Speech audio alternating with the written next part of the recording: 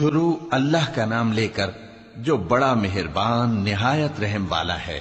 لوگوں کا حساب اعمال کا وقت نزدیک آ پہنچا ہے اور وہ غفلت میں پڑے اس سے منہ پھیر رہے ہیں۔ ان کے پاس کوئی نئی نصیحت ان کے پروردگار کی طرف سے نہیں آتی مگر وہ اسے کھیلتے ہوئے سنتے ہیں۔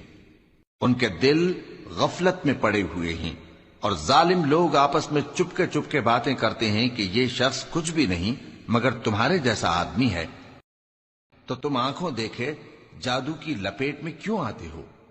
پیغمبر صلی اللہ علیہ وآلہ وسلم نے کہا کہ جو بات آسمان اور زمین میں کہی جاتی ہے میرا پروردگار اسے جانتا ہے اور وہ سننے والا ہے، جاننے والا ہے۔ بلکہ ظالم کہنے لگے کہ یہ قرآن پریشان باتیں ہیں جو خواب میں دیکھ لی ہیں، نہیں بلکہ اس نے اس کو اپنی طرف سے بنا لیا ہے، نہیں بلکہ یہ ایک شاعر ہے۔ تو جیسے پہلے پیغمبر نشانیاں دے کر بھیجے گئے تھے اسی طرح یہ بھی ہمارے پاس کوئی نشانی لائے۔ ان سے پہلے جن بستیوں کو ہم نے ہلاک کیا وہ ایمان نہیں لاتی تھیں، تو کیا یہ ایمان لے آئیں گے؟